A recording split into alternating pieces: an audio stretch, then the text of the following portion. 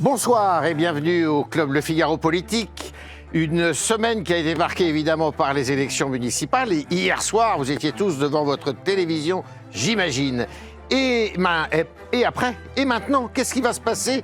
Évidemment, on va se poser la question ce soir avec est-ce qu'il y a eu une vague bleue lors de ces élections municipales, comme l'a prétendu le patron du parti LR, Bruno Retailleau. À gauche, est-ce que c'est pas l'heure des règlements de compte avec ces fusions entre les listes LFI, la France Insoumise et le Parti Socialiste qui ont fait couler beaucoup d'encre? Et puis évidemment, on va se projeter vers 2027. 2027, oui, mais avec qui? C'est la question qu'on va se poser avec les experts qui sont, comme vous le savez, les meilleurs de la planète.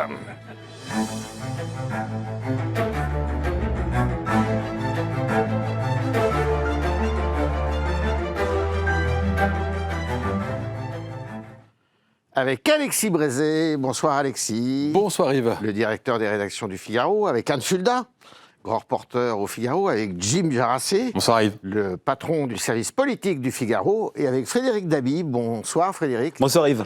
Qui vient de sortir un livre justement sur les municipales. Et vous êtes par ailleurs, si personne ne le sait encore, sondeur, oui. Notamment à l'Institut IFOP. Alors, surtout première question. Bruno Retailleau, hier soir, qu'on va écouter. Ces choix ont placé la droite en tête de ces deux tours. Les Républicains et leurs alliés remportent le plus grand nombre de voix et le plus grand nombre d'élus. Ce soir, une réalité s'impose. Nous sommes toujours, et plus que jamais, la première force politique locale en France. C'est factuellement vrai. C'est factuellement vrai.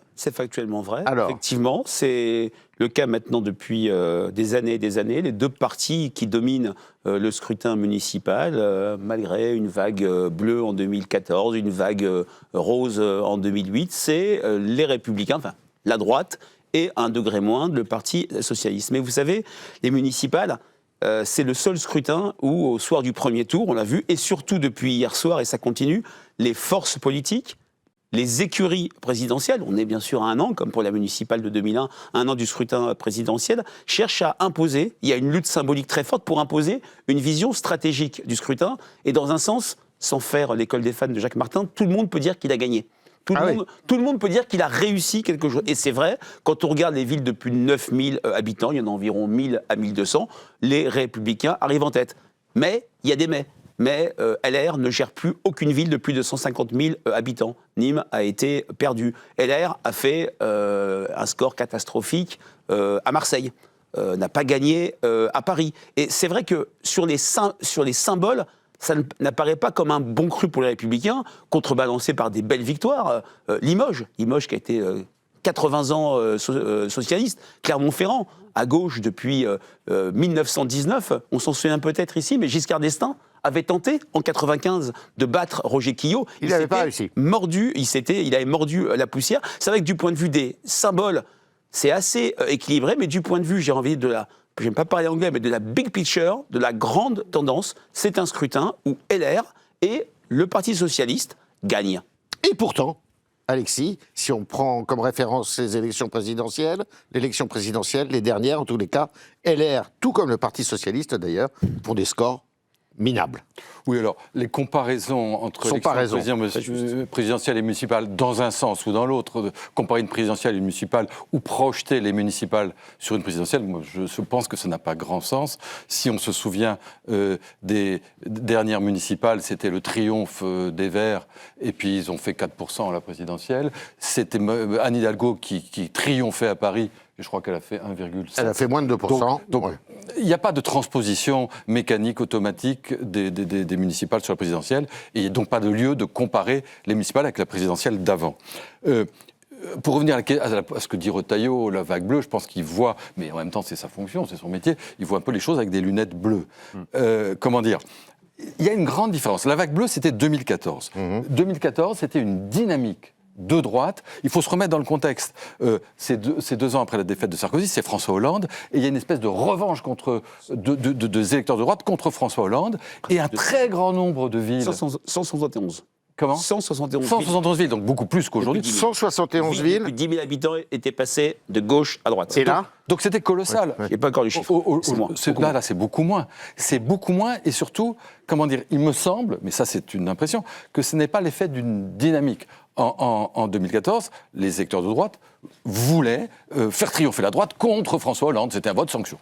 Là, ce coup-ci, on a un peu le sentiment que les victoires de la droite, dont Frédéric a parlé, Limoges, etc., Clermont-Ferrand, c'est un peu des victoires par contre-coup. C'est le résultat d'échecs des alliances entre PS et LFI. Donc, c'est ça.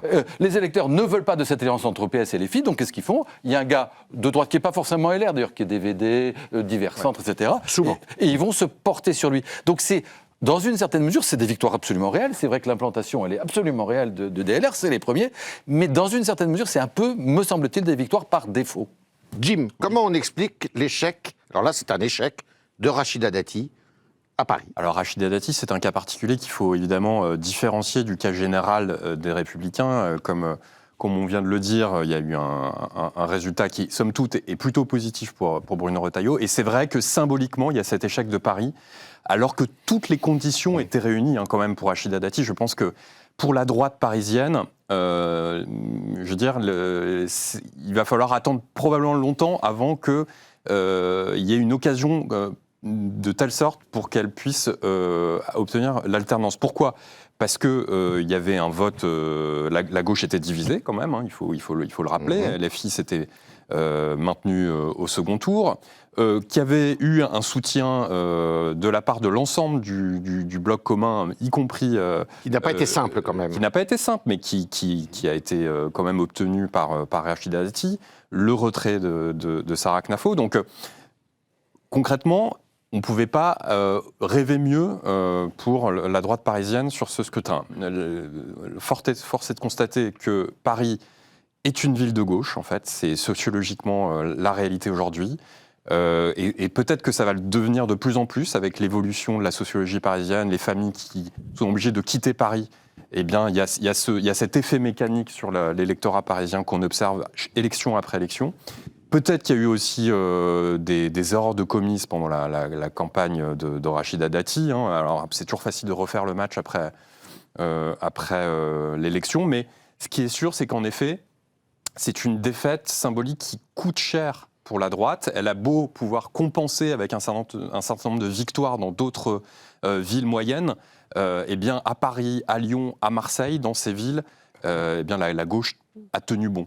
Et Anne, ce qui est intéressant, c'est que jamais la droite ne s'est alliée au Rassemblement national, contrairement au Parti socialiste, qui, lui, s'est allié à la France insoumise. Oui, c'est vrai, ils ont gardé la ligne, contrairement à ce qu'insinuaient ceux de la gauche, ceux du camp d'en face, alors qu'effectivement, la gauche, elle, on peut le dire, c'est déshonoré, en fait, dans certains cas, tout en ayant au début assuré qu'il n'y aurait pas d'alliance. Les accords techniques avec LFI ont été quand même d'un affichage désastreux. Et c'est vrai que, même si on peut dire, certains diront que Bruno Retailleau, à un moment, lorsqu'on lui a, concernant Nice, n'a pas tranché, donc semblant exprimer une préférence pour la victoire d'Éric Ciotti. En tout cas, il n'y a pas eu d'accord entre le Rassemblement national et la droite. Donc là-dessus, c'est vrai qu'il n'y a rien à leur reprocher, quoi. Ils ont été bien. Après, je reviendrai sur Rachida Dati. Peut-être qu'il y avait un problème c'était peut-être pas la bonne candidate, quoi. Il y avait à l'origine un choix sur la candidate qui n'était peut-être pas la bonne pour C'est votre avis? Paris. Oui. Non, Alexis. Non, et peut-être parce que c'est vrai qu'il y a les invariants sociologiques de Paris qui ne sont pas favorables à la droite. Mais peut-être, alors on ne peut pas refaire l'histoire, mais peut-être que d'autres candidats, effectivement, auraient pu. On peut imaginer, s'ils avaient voulu, parce qu'en fait, ils n'ont pas voulu. Si Gabriel Attal y était allé, déjà, il n'y aurait pas eu de candidature Bournazel, et peut-être que Gabriel Attal aurait pu faire cette union dès le premier tour, et que ça aurait marché, parce que sociologiquement, il était moins vis-à-vis du centre de gravité sociologique de Paris, moins clivant que Rachida Dati. Édouard Philippe, après tout, on y a pensé, Édouard Philippe, certains lui ont proposé, lui ont dit, mais pourquoi vous n'allez pas à Paris? Il n'a pas voulu, mais peut-être qu'il aurait pu sauver Paris. Donc après qu'on dit qu'il ne fallait pas Rachida Dati, certes, mais les candidats n'étaient pas légion à se presser pour aller à Paris, parce que c'était dangereux, parce qu'on risquait de se casser la figure, parce qu'on veut être candidat à l'élection présidentielle, donc on ne veut surtout pas se mettre en danger. Donc voilà. j'allais dire ce qu'Alexis a dit. C'est vrai que c'est facile aussi de dire, après une défaite cinglante, la candidate n'était pas la bonne. Je n'ai pas entendu ce type de discours pendant la campagne électorale. C'est vrai aussi que c'est quand même un score de la gauche à Paris historique, supérieur à celui de Bertrand Delanoë en 2008. Il y avait en plus la configuration qui était la pire pour la gauche, avec... On va y revenir à ça, Voilà, avec Sophia Chigreux. Mais il y a aussi la sociologie parisienne. Quand on regarde la fameuse carte que l'on voit après chaque scrutin municipal, les arrondissements de droite en bleu et ceux de gauche en rose, mais ça n'a pas bougé depuis 2001. Il y a eu le 9e qui est passé de gauche à droite, sinon les choses ne bougent pas. Et c'est vrai que face à la dureté de cette sociologie, face à ce paysage sociologique figé, face au fait qu'avec l'augmentation si forte de la taxe foncière, le départ des familles plutôt aisées, sont plutôt des classes moyennes qui sont à Paris et qui sont plutôt marquées par un vote de gauche. C'est très difficile, quel que soit le candidat, de renverser cet équilibre. Alors, est-ce que, oui, Jim, Non, mais j'allais compléter en 2 mots ce que dit Frédéric, qui est très vrai à Paris et dans d'autres villes, dans d'autres grosses métropoles. On prend l'exemple de Nantes, par exemple. On regarde la couronne nantaise. Il y a énormément de villes de droite, en fait. Certes, Nantes n'a pas basculé à droite, mais il y a énormément de villes dans la banlieue nantaise où, justement, se sont installées les familles qui n'habitent plus dans les centres urbains, et bien qui passent à droite. Donc, d'ailleurs, quand on voit le vote de droite à Lille, 8%, à Montpellier, un score absolument ridicule, enfin plutôt une alliance qui a été extrêmement faible. Enfin, c'est ça, ça complète votre première question. La droite est forte au global sur les villes de plus de 9 000, mais dans les villes de plus de 150 000 habitants, avec la défaite en plus terrible de Nîmes, 31 ans après, la droite a donné Nîmes au Parti communiste français. Enfin, l'histoire se répète de manière cinglante. La droite, sociologiquement, n'existe pas, ou de moins en moins. Alexis? Il me semble, si on parle de gâchis, en tout cas pour la droite, il y a le cas de Lyon qui est quand même symptomatique. Dramatique aussi, symptomatique, c'est-à-dire que là, l'équation sociologique est sans doute un peu différente, et il semblait, franchement, Aulas semblait parti pour l'emporter. Et d'ailleurs, ça fait qu'il faut jeter un regard peut-être un peu différent, notamment sur cette question des sondages. On va en parler pour la présidentielle en disant on va prendre le meilleur parce qu'en fonction des sondages, il faut être rassembleur et puis il faut avoir des bons sondages. Aulas, c'était rassembleur, il avait des bons sondages. Tout le monde était content. Et à l'arrivée, c'est une catastrophe. Il avait 20 points d'avance et il a une quinzaine. Il a un point de retard. Alors c'est vrai qu'il y a eu l'alliance PS-LFI qui, là, en l'occurrence, a fonctionné, mais l'essentiel, c'est quand même une mauvaise campagne d'un mauvais candidat. Ça montre que la politique, c'est pas uniquement des équations stratégiques, c'est pas uniquement, même si c'est très important, des électorats, des sociologies électorales, c'est aussi des dynamiques de campagne, des bons, des mauvais candidats qui savent ou qui ne savent pas faire campagne. En l'occurrence, Lyon, je pense, aurait pu être gagné. Alors, il y a Horizon et Renaissance aussi, qui sont les deux partis piliers, je dirais, de l'axe central. Est-ce qu'ils ont réussi leur implantation locale ? Oui, par exemple, la conquête de Bordeaux, en l'occurrence, c'est un point extrêmement positif pour Renaissance, et Gabriel Attal peut s'en targuer, et il a tout à fait raison. Il y a celle d'Annecy aussi. Et celle d'Annecy aussi, dans les deux grandes villes à mettre à leur crédit. Donc ça, c'est vrai que c'est des points tout à fait positifs. Et ce qui sera intéressant pour aller un petit peu plus loin, mais peut-être qu'on l'abordera après, c'est qu'on parlait de vague bleue, donc de victoire de la droite, même si elle est d'un point de vue marketing et de l'image difficile à vendre, parce qu'il n'y a pas eu de grande ville symbole, de choses comme ça. Mais il faut voir quelle droite aussi, parce que entre enfin, je ne parle pas de Renaissance, mais je parle d'Horizon, entre la droite d'Édouard Philippe et Ciotti, quelle droite ? Il y a un grand écart entre les deux. Bien sûr. Oui. Alors justement, parlons de Ciotti, parlons de l'UDR, l'Union des droites pour la République. Est-ce que, en dehors de Ciotti, qui lui a occupé tout le terrain, il y a eu beaucoup de gains de la part de son parti ? Alors il y a eu un certain nombre de gains, mais surtout dans des petites communes, mais qu'on peut aussi élargir aux gains du Rassemblement national. C'est-à-dire que le Rassemblement national, c'est une progression à bas bruit. Il n'y a pas de victoire spectaculaire. Alors en effet, c'est surtout des villes moyennes. Il y a le cas niçois, qui est quand même important à analyser, à la fois au niveau local et au niveau national, puisque c'est une double victoire d'Éric Ciotti sur Christian Estrosi, mais aussi sur tous ceux qui lui reprochaient d'avoir quitté LR pour faire l'union avec le RN. Force est de constater qu'en tout cas, sur cette élection locale, ça a fonctionné. Je ne dis pas que ça fonctionnera sur une élection nationale, mais là-dessus, ça a fonctionné. Et pour revenir en effet à la dynamique de l'UDR et du RN, c'est beaucoup de Et oui, de petites communes, alors qui sont vraiment ancrées dans les fiefs du Rassemblement national. C'est d'ailleurs là qui comptent la plupart de leurs députés, dans le Pas-de-Calais, dans le Gard, dans le Vaucluse, en PACA. Voilà. Donc le Sud et le Nord, hein, on est toujours sur la géographie traditionnelle du Rassemblement national. Mais voilà, élection après élection, là, ils sont autour de, je crois que c'est 65 villes. Hein, donc il y a une progression qui est quand même là. Oui, je complète une nier. seconde ce que Jim a dit qui est tout à fait vrai. Il y a aussi une implantation qui fait suite à l'implantation suite aux législatives. Alors, ce n'est pas les mêmes élections, et j'entends bien ce que dit Alexis, je déteste comparer des élections différentes, mais l'implantation dans la Sarthe, la flèche est tombée. L'implantation dans le Loiret, Montargis est tombée. En Gironde également. Il y a aussi un autre phénomène très intéressant pour le RN, et là, je pense à l'élection présidentielle. Je le dis un peu directement, c'est le remplacement de LR par le RN. Moi, ce qui m'avait frappé tout au long de la campagne électorale que j'ai suivie à Marseille pour la Provence, c'était au début Martine Vassal était forte, puis elle a baissé au fur et à mesure, mais la sociologie électorale, enfin la structure électorale du vote Vassal et du vote Alizio était exactement le même. Qu'est-ce qui fait également qu'à Nîmes, que quand on fait une simple addition des deux candidats de droite qui avaient fait alliance, on est à 36%, ça se termine à 22%. Où sont les 14 points ils vont en partie importante au Rassemblement national qui a perdu l'élection, mais qui a eu un score jamais vu à Nîmes. Ça me paraît très frappant. Au-delà de l'implantation, de l'enracinement national du Rassemblement national, ce grand remplacement, entre guillemets, si j'ose dire, de la droite LR dans le sud de la France par le RN, il est frappant. C'est-à-dire qu'on dit, à Toulon, ils n'ont pas gagné. Oui, mais enfin, ils sont passés à 42% au premier tour. Et combien 47 42,5, je crois. Mais, donc, ça n'existait pas. Il n'y avait pas si longtemps, le Rassemblement national à Toulon, il faisait 10%. À Marseille, qui était la ville pendant des années de Gaudin, de Muselier, etc., il n'y a plus de LR. Il n'y a plus de LR. Alors, le Rassemblement national a progressé, pas suffisamment pour remporter, mais il a progressé dans des proportions considérables. Et ça se retrouve dans toute cette région sud, ça se retrouve dans le nord, et ça va avoir des conséquences.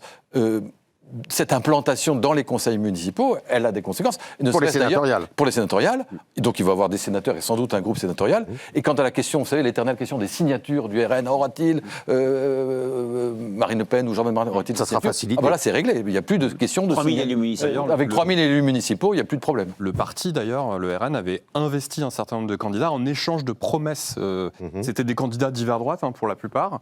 Ils ont reçu le soutien du RN, qui s'est engagé à ne pas présenter de candidat contre eux, en échange de certaines garanties, dont le parrainage pour la présidentielle. Donc là, on voit bien que derrière l'implantation locale, il y a aussi une articulation qui va aussi vers une montée en puissance nationale. Ce qui leur permettra peut-être d'avoir un groupe au sénatorial à l'occasion des sénatoriales d'après les vacances, là, au mois de septembre. Évidemment, ça fait partie des éléments qui favorisent.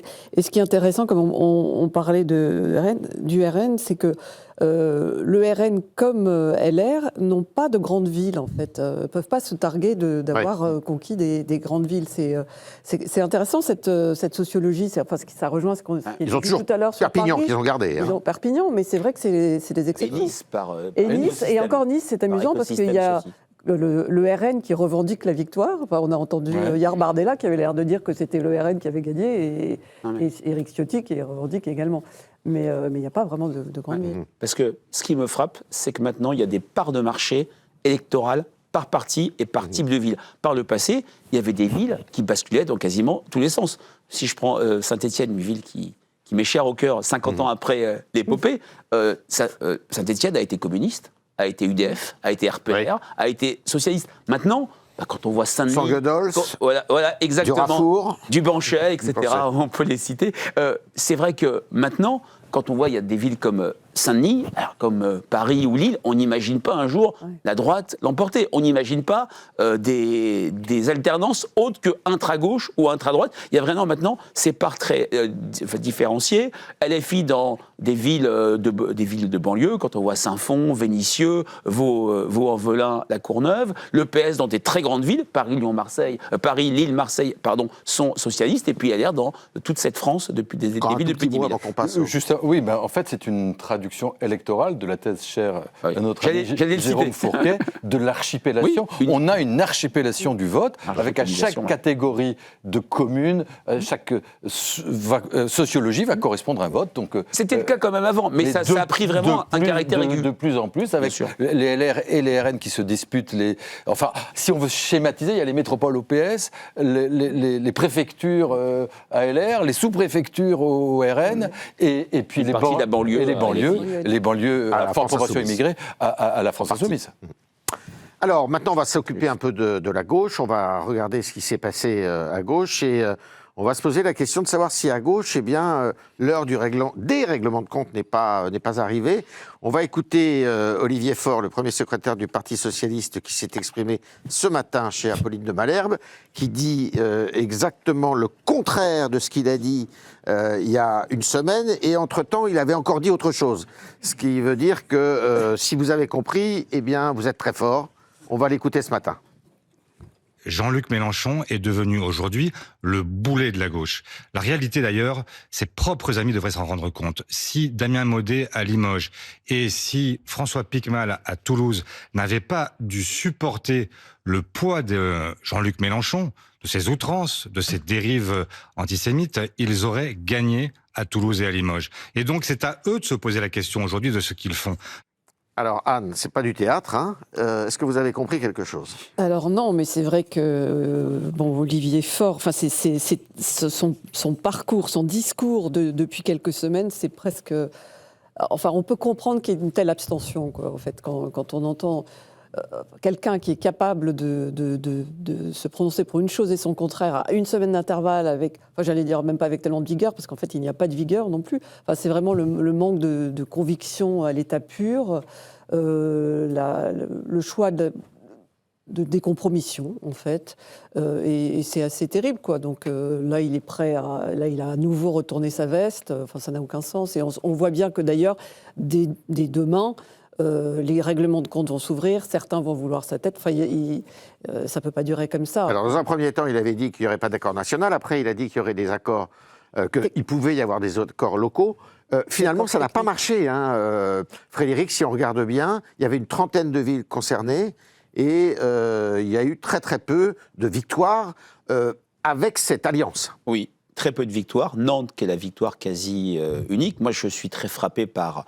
et ça a été cité par Olivier Faure, les cas où il y avait une conquête possible. Toulouse, la ville rose, Limoges, qui vote à gauche de manière nationale. Limoges, on en parlait, un maire discrédité qui a fait 11% au premier tour, le maire sortant, et une ville qui a été historiquement à gauche, bah, ça n'a pas marché. Et vraiment, Toulouse, c'est un cas chimiquement pur du fait qu'une élection, par rapport à ce que vous disiez sur Lyon, c'est pas une arithmétique. Quand on fait l'addition du premier tour, Piquemal, la tête de liste LFI, Briançon, le candidat socialiste, on est à 52,5, 53. Au final, Jean-Luc Moudenc qui a toujours eu des élections très difficiles. Il a perdu de peu en 2008, il a gagné de peu en 2014 et 2020, il l'emporte nettement, 53,5 je crois, parce que, et on l'a vu dans une enquête IFOP fiduciale pour la Dépêche et Sud Radio, on avait donné 51%, moins que le score réel, mais la tendance était là, on avait 20% de l'électorat socialiste de Briançon, qui, tenez-vous bien, vote à droite. Alors, c'est pas un maire de droite avec un couteau entre les dents, si je puis dire, c'est un maire qui a une vraie habitude de la gestion municipale, mais on voyait très bien une forme de transgression. Et dans ces villes où il y avait une alliance PS-LFI et surtout LFI-PS comme tête de gondole, Argenteuil également, ça a eu pour effet de désarçonner une partie importante de l'électorat socialiste modéré.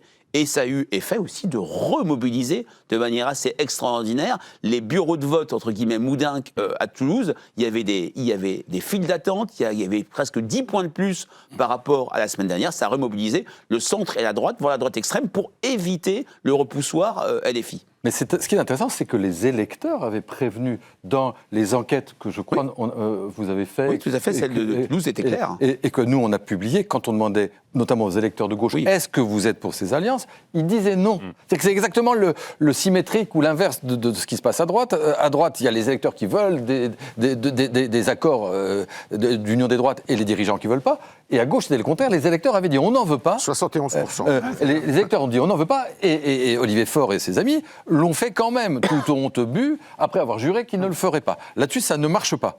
dans l'immense majorité des cas.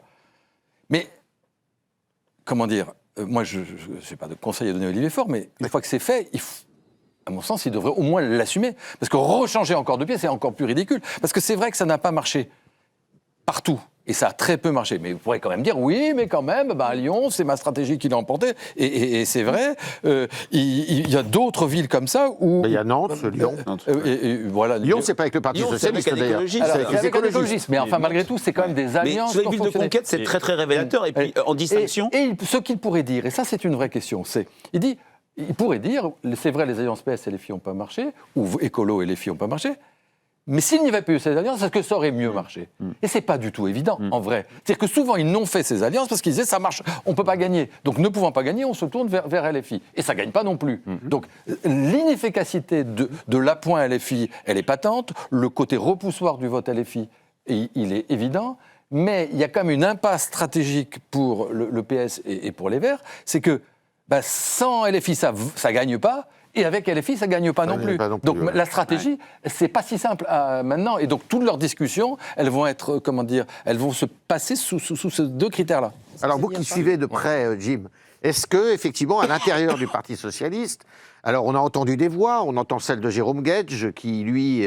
mais il dit une chose et son contraire aussi, d'ailleurs. Lui. Le problème, c'est qu'ils sont tous mouillés. Hein. Voilà. Il n'y en a pas un qui sort du lot, là. Personne n'a vraiment... Oui, alors, il y a eu le maire de Montpellier. Mais en l'occurrence, le seul qu'on a vraiment entendu, c'est Raphaël Glucksmann, qui est à l'extérieur du PS. Mais il n'est pas au PS. Voilà.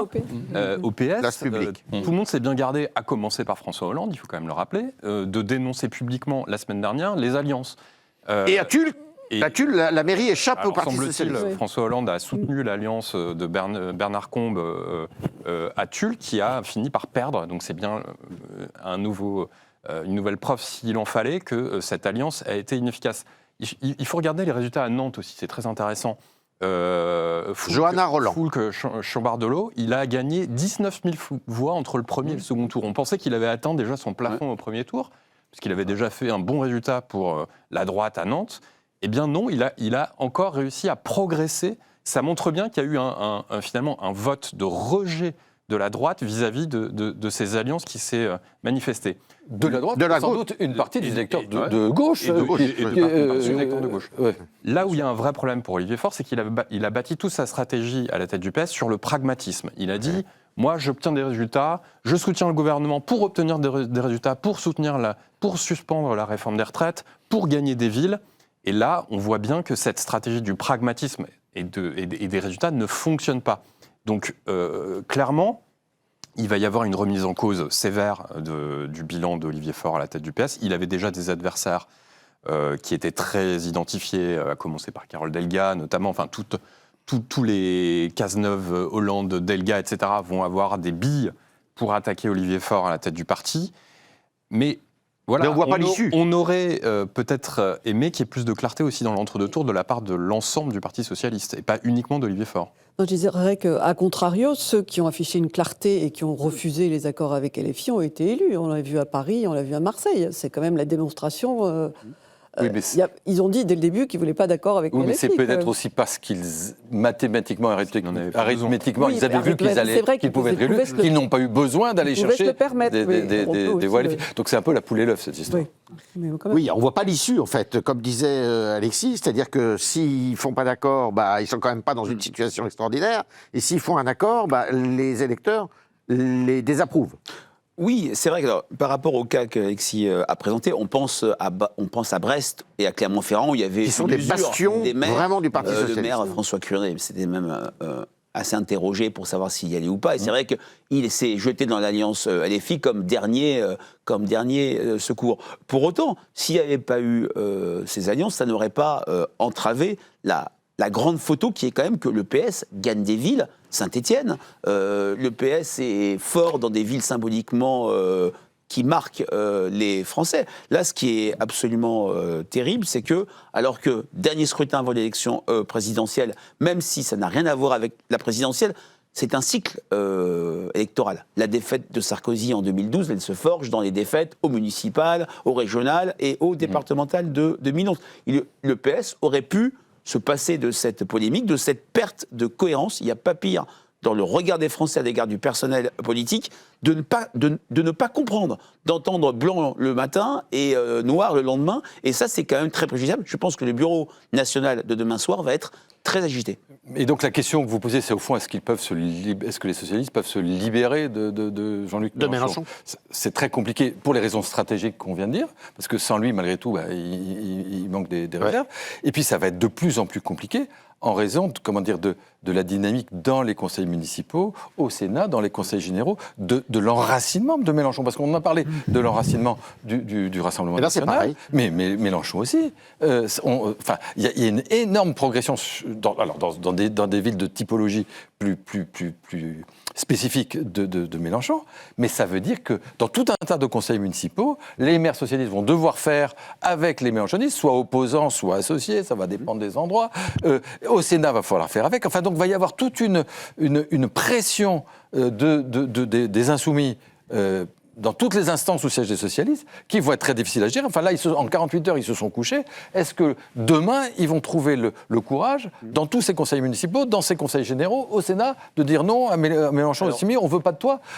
C'est pas du tout gagné. Micro-précision, les principales victoires insoumises, c'est en Ile-de-France. Et pour les sénatoriales, je crois que l'Ile-de-France n'est pas concernée par le scrutin de septembre 2006. Mais je crois que les Hauts-de-France, avec Roubaix, est concerné. Est concerné, d'accord. Oui, sachant que la France Insoumise a gagné Roubaix, qui est une grande ville, de plus de 100 000 habitants, et Saint-Denis, qui est la deuxième ville d'Île-de-France, 150 000 habitants, pour laquelle, d'ailleurs, très peu de personnes se sont déplacées, parce que je crois qu'il n'y a eu que 15 000 électeurs la semaine dernière. Alors, on se posait la question de savoir, on va essayer de se projeter maintenant vers l'avenir, 2027, l'élection présidentielle dans un an. Oui, mais avec qui ? Anne. Alors, aux extrêmes, on sait à peu près. Bah oui. Alors justement, oui. Non, il y a encore une incertitude. Il y a l'incertitude au RN, effectivement, on le saura le 7 juillet. Et Marine Le Pen. Et LFI, il n'y a pas vraiment d'incertitude. On sait très bien que ça sera le grand conducateur, que ce sera Luc Mélenchon. En revanche, après, c'est entre les deux, effectivement, là, c'est le grand flou, la grande interrogation, avec évidemment, notamment à LR, pléthore de candidats potentiels, des interrogations sur le mode de désignation. Est-ce qu'il y aura des primaires ? On a vu hier Wauquiez tout de suite, qui s'est... Wauquiez ? Regardez. Ah bah voilà. Quand la droite a été rassemblée, elle a été en mesure de l'emporter. À Clermont-Ferrand, à Limoges, vraisemblablement à Besançon. Le contre-exemple, c'est Nîmes. À l'inverse, et vous l'avez dit, quand on est divisé, on perd. Et donc pour moi, c'est la leçon fondamentale de ces municipales. Majoritairement, les Français ont voté à droite, mais quand on est divisé, ça ne se transforme pas en victoire municipale. Et cette leçon, il faudra évidemment la retenir dans la prolongation, vous l'avez dit, qui sera celle de la présidentielle. Si on est divisé, il n'y aura pas de candidat de droite au second tour. Alors, je précise au passage que Bruno Retailleau a posé sa candidature. Voilà. C'est le président du parti auquel adhère Laurent Wauquiez. Alors, outre Bruno Retailleau, c'est vrai qu'à droite, il y a pas mal de candidats potentiels. On peut se dire que finalement, David Lisnard, qui a été le maire le mieux élu à droite, de Cannes, avec 80%, pourrait aussi y aller. Enfin, il y en a plein d'autres. Et il y aura une clarification. Autant il va y avoir visiblement un souhait de clarification à gauche, il y aura aussi un souhait de clarification à droite. On a entendu ce matin Michel Barnier, Valérie Pécresse, qui ont dit on ne veut pas être des supplétifs du RN, il faut que les choses soient éclaircies. Voilà, donc on voit qu'il y a un gros chantier qui s'ouvre sur, effectivement, comment désigner. Y aura-t-il un candidat unique ? Si oui, comment sera-t-il désigné ? Et ça sera vrai autant à droite qu'à gauche, d'ailleurs. Ils ne sont pas sortis de l'auberge. Non, tout ça va probablement se faire en deux temps. D'abord, une première étape interne aux Républicains. Il y a un bureau politique qui va se tenir demain, qui va être un bureau politique important. Il y en a eu beaucoup. Il va en être question de ça Bien sûr, c'est le but de ce bureau politique, c'est de se mettre d'accord sur un mode de départage du candidat LR, je dis bien le candidat LR, et d'avoir qu'un seul candidat. Ce serait déjà une première étape importante pour les Républicains. Là-dessus, il y a deux camps. Il y a le camp de Bruno Retailleau qui, lui, évidemment, veut mise sur sa position actuelle de patron du parti, sur peut-être les bons résultats des municipales, et se dit que pour lui, une primaire fermée ou une désignation automatique du président du parti comme candidat à la présidentielle serait la meilleure des situations.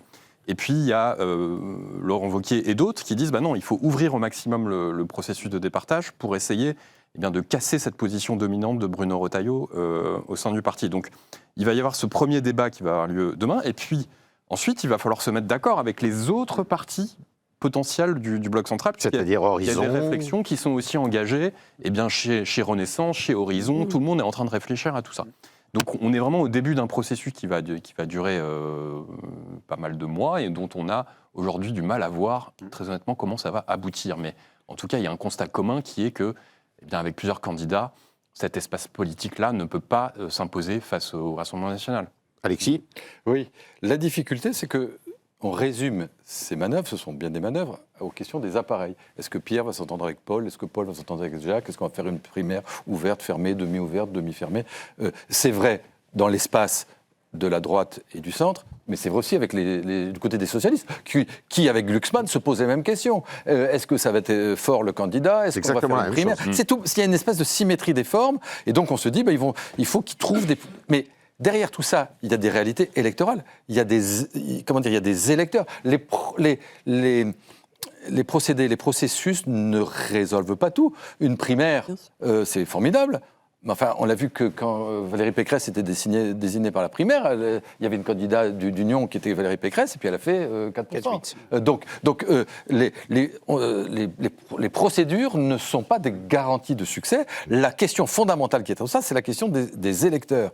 Et la vraie difficulté, si on s'intéresse à l'espace de la droite et du centre droit et du centre gauche en prenant les macronistes, c'est la compatibilité entre ces électeurs. La vraie question, c'est pas tellement est-ce que Bruno Retailleau a envie de s'entendre avec Gabriel Attal, c'est est-ce qu'un électeur de Gabriel Attal est prêt à voter pour Bruno Retailleau. Est-ce qu'un électeur de Bruno Retailleau est prêt à voter pour Gabriel Attal ? Et là, ça se complique autrement. C'est-à-dire que quand bien même ils se mettraient d'accord dans leur petite affaire pour une candidature, le risque évident, c'est que si le candidat est de centre-droit, ceux du centre-gauche aillent lorgner du côté de la gauche. S'il est de centre-gauche, ceux qui sont du centre-droit ou de la droite aillent se regrouper autour d'une candidature alternative type Lisnard, Bellamy, etc. Donc, on ne s'intéresse qu'aux questions de personnes, etc.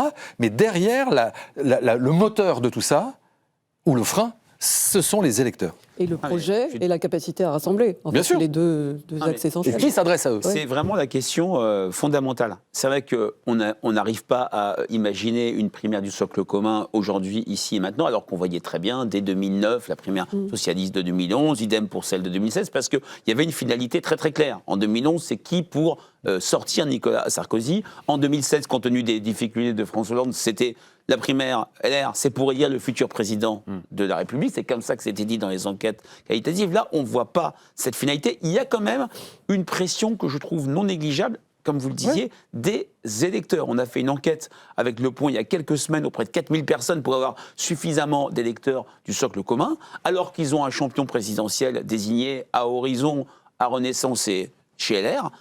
Ils sont très nombreux à vouloir une sorte de primaire. Pourquoi ? Entre trois, notamment. Oui, entre trois. Pourquoi ? Parce qu'ils ne veulent absolument pas être enfermés dans ce second tour jugé mortifère, à savoir Mélenchon, Bardella. Et donc, dans ce cadre-là, la primaire, sa finalité, c'est une reductio ad candidatum pour factoriser l'offre de ce qui est entre LFI et une gauche pro-Mélenchon et le RN. Quand est-ce qu'il faut que tout ça soit réglé ? Le plus tôt possible, j'ai envie de dire. C'est-à-dire que là, ça fait quand même des mois, voire des années. On est quand même au bout de 2 mandats d'Emmanuel Macron. Donc on peut se dire qu'au bout de 10 ans de mandat, les partis qui gravitent autour de Renaissance et d'Emmanuel Macron, qui prétendent vouloir assurer sa succession, aurait pu réfléchir, aurait pu tenter de faire dégager des personnalités et des méthodes de désignation qui permettent d'avancer vers la campagne présidentielle. Oui, mais sauf que la primaire a mauvaise presse aussi. Elle a eu mauvaise presse parce qu'il y a eu le cas Fillon, d'ailleurs, qui n'avait rien à voir avec la primaire, puisque c'était des affaires qui lui incombaient. Oui, il aurait gagné. Il aurait gagné. Oui. Et au Parti socialiste aussi, on a l'exemple de Benoît Hamon, qui a été catastrophique, Oui, mais voire tragique. Hollande qui Ouais. avait remporté la primaire et qui a remporté la présidentielle derrière. Exactement. Je pense qu'en fait, c'est pas tant le mode de désignation que ce qu'on y met. C'est là où je rejoins l'analyse d'Alexis. C'est-à-dire qu'une primaire qui va de Gabriel Attal à Sarah Knafo, comme le propose Laurent Wauquiez, ça n'a pas de sens. Enfin voilà, en fait, ça n'a pas de sens parce que ce n'est pas un espace politique. Voilà. Ouais. Donc ensuite, c'est du pragmatisme pur. Alors, on se dit, tous les gens qui sont contre le RN et contre LFI, on les met ensemble et on essaye de trouver, on les fait se battre et on essaye de trouver, on voit qui gagne. Mais ça ne suffit pas pour que ça puisse... Tout notre espace politique, on le voit là avec ces élections, est structuré autour de deux pôles, je dirais deux pôles d'aimantation, deux pôles cohérents, avec un espace politique, un candidat, un programme, qui sont d'un côté le RN et de l'autre côté LFI. Et qui sont à chaque extrémité du jeu, qui sont deux aimants, et au milieu, on a tout un tas de petites particules qui grenouillent, qui sont attirées par l'une, par l'autre, et qui n'arrivent pas à trouver la dynamique, parce que la politique, c'est de la dynamique, c'est de trouver quelque chose qui va vous faire avancer ensemble. Et là, on a quand même le sentiment, à regarder les uns les autres, que cette dynamique, elle n'est pas là, et donc on en revient à, on va essayer de trouver, alors dans quel sens on va faire nos petites combinaisons. Alors, c'est aussi parce qu'il n'y a pas d'incarnation, peut-être, forte. Vous qui avez écrit un livre sur Emmanuel Macron, dans le secret du personnage, qu'est-ce qu'il faut comme ressort ? Et qu'est-ce qui leur manque à eux, là ? Justement, c'est quand même l'incarnation. Alors, c'est même pas d'un renouveau, parce qu'on a eu dans le temps beaucoup de personnages qui s'étaient présentés plein de fois et qui avaient été recalés et qui ont été François finalement élus. Mitterrand, Jacques Chirac. Mais c'est vraiment l'incarnation d'un projet, d'une idée pour la France. Ça marche quand même comme ça. Et donc c'est vrai que pour l'instant, on n'a pas de projet très fort qui s'impose, même si Bruno Retailleau a dessiné quand même les contours d'un projet. Mais un projet, il faut qu'il emporte pas seulement les gens de son camp, quoi. Donc c'est un projet rassemblé, ce que je disais tout à l'heure. Et donc ça, c'est vrai qu'on n'a personne aujourd'hui, on voit à droite, qui incarne ça. Et cette espèce aussi de magie, de lien particulier avec les Français, avec le peuple français, il y a ça aussi. Ce que disait Dominique de Villepin. Ce que disait Dominique de Villepin. Je sais pas si c'est le meilleur modèle pour la droite et le centre, mais c'est une autre affaire. Qu'il n'incarne pas obligatoirement, mais oui, il y a ce lien particulier avec les Français qui est indispensable. Et ça, c'est une magie. Là, on est à un an, c'est vrai qu'on devrait voir se dessiner quelques profils y correspondant, et c'est vrai qu'on ne voit pas grand monde. Il y a quand pas même le cas. Édouard Philippe. Pardon ? Il y a Édouard Édouard Philippe Philippe, qui malgré tout, aujourd'hui, reste le mieux placé, qui a gagné son pari. C'était un pari. Réélire. C'est lui-même qui a fixé les termes du pari au Havre.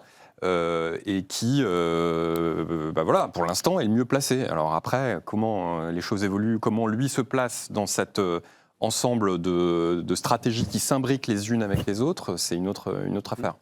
Il a quand même un atout. J'ai en tête une enquête récente de l'IFOP pour LCI et TF1 au moment de la candidature de Bruno Retailleau. C'est la capacité d'Édouard Philippe de bien occuper l'espace de droite et du centre.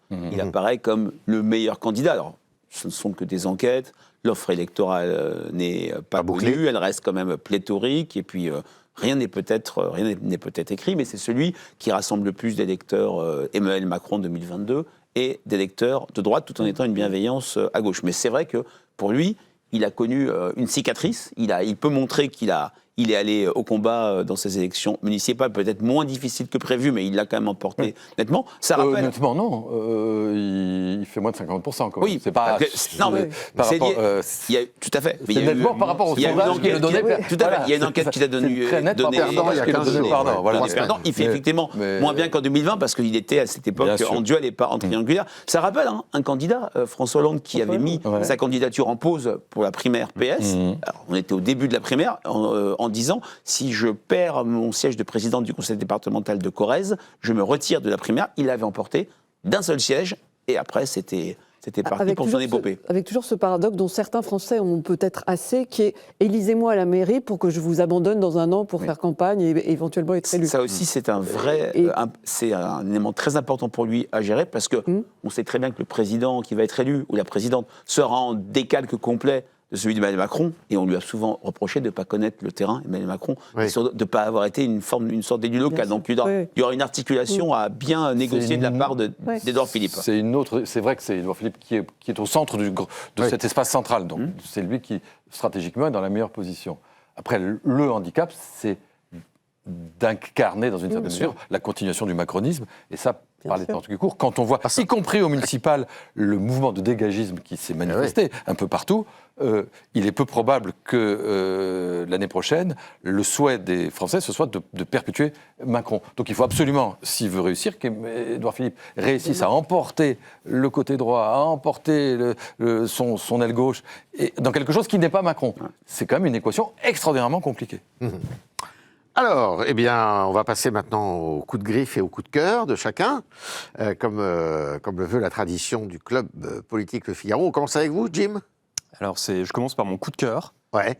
Généralement, on fait le contraire. On fait le salé avant le sucré. Les codes aujourd'hui. Voilà. Alors, on casse les codes. Et je vais vous citer 3 noms. C'est Clément Tarpin, Tom Paulus et Charlotte Perfares. Voilà, vous les connaissez pas, mais c'est 3 jeunes de 21 ans qui ont été élus maires hier, dans des petites communes un peu disséminées en France. Et je trouve que c'est un beau symbole.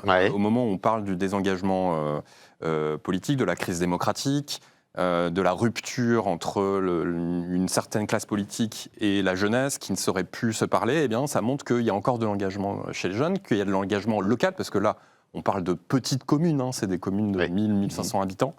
Et donc, il y a des jeunes de 21 ans qui se mettent au service de leur commune. Ce n'est pas uniquement des retraités, et comme on dit souvent que les maires sont... que c'est devenu le pire job du monde, en fait, non. Apparemment, il y a encore un peu d'attraction, y compris pour les jeunes. Et mon coup de griffe, c'est un peu connexe, c'est sur la participation. On en a un peu parlé, mais c'est quand même l'éléphant au milieu de la pièce, je trouve, c'est cette participation faible, 57,82% contre comme au premier tour, à peu près. en 2014.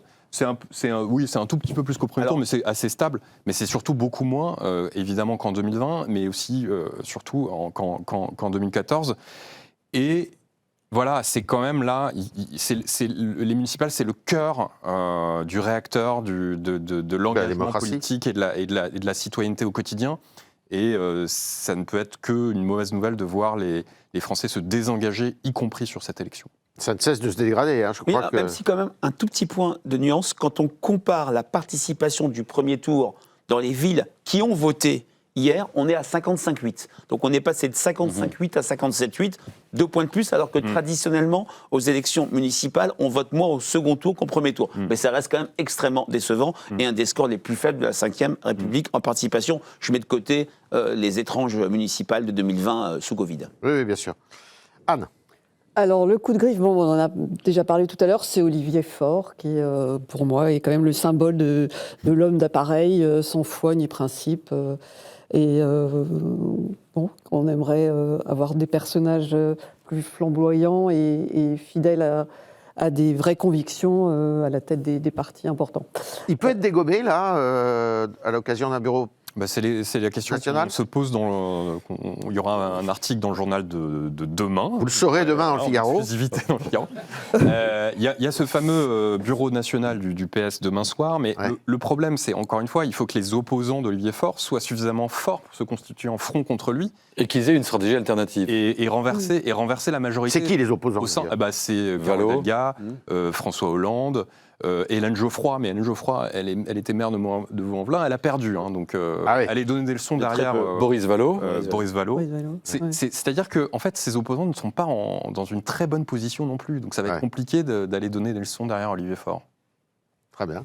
Alors le coup de cœur, c'est un peu d'une certaine façon un hommage au bon sens des Français, enfin de certains Français, notamment par exemple dans des villes comme Toulouse, qui ont su finalement se mobiliser pour aller voter, et derrière un souhait que ces élections permettent une clarification finalement dans certains camps, notamment à gauche, face à LFI, une clarification de la vie politique. Et vous trouvez que c'est plus clair là ? Ah non, c'est un mon souhait. souhait. C'est un souhait. Tous les souhaits ne sont pas c'est un réalisés. souhait. J'ai pas dit du tout que c'était. Ah mais les souhaits en politique, c'est compliqué. Hein. Oui, oui, je sais. Mais j'ai des coups de cœur. Après, j'ai vu le coup de cœur du directeur du journal. Je me suis dit, il a raison et je n'allais pas le copier. Donc, d'accord. je vais essayer de le dire. Non, mais vas-y. Non, c'est bien. Alors Alexis. Alors moi, mon coup de griffe, moi, c'est inspiré du coup de griffe d'Anne. Mais en évidemment. pire qu'Olivier Faure, c'est François Hollande. Parce que franchement, on a parlé des palidonies d'Olivier Faure, mais François Hollande, c'est quand même le champion du monde du retournement de veste. Quand on pense, il se fait élire dans sa circonscription avec les voix de LFI. Et il va chercher les voix de LFI aux législatives. Après, il nous explique que Mélenchon est un abominable antisémite, qu'il ne faut surtout pas s'entendre avec lui. Ensuite, là, il appelle son copain à Tulle en disant « Union, union, union, il faut unir avec LFI ».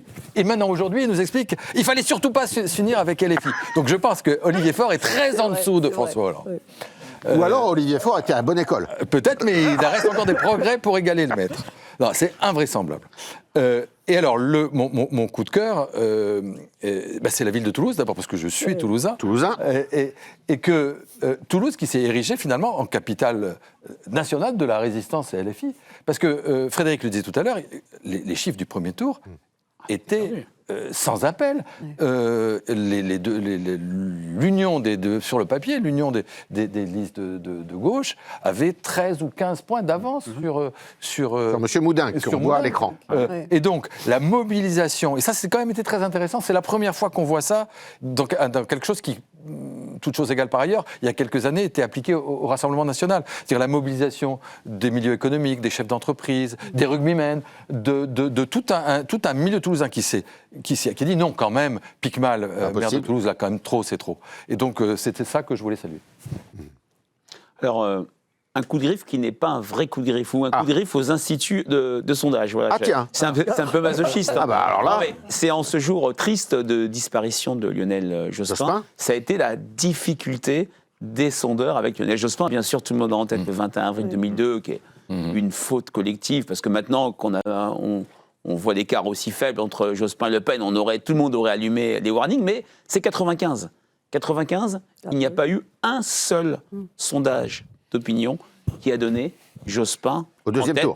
Au deuxième tour, en tête au premier tour, puisqu'en fin de campagne, on s'en souvient, Jacques Chirac avait baissé et Edouard Balladur avait progressé. Il y avait une volatilité très forte entre les deux. Et puis, dans la perspective 2027, Lionel Jospin a commencé à être testé fin janvier 95. C'était un homme perdu pour la politique. Il avait été battu aux législatives dans sa circonscription de Sainte-Gabelle. Il était sorti du jeu politique et il est revenu après le retrait de Jacques Delors. Ça doit nous obliger à être très prudents sur 2027.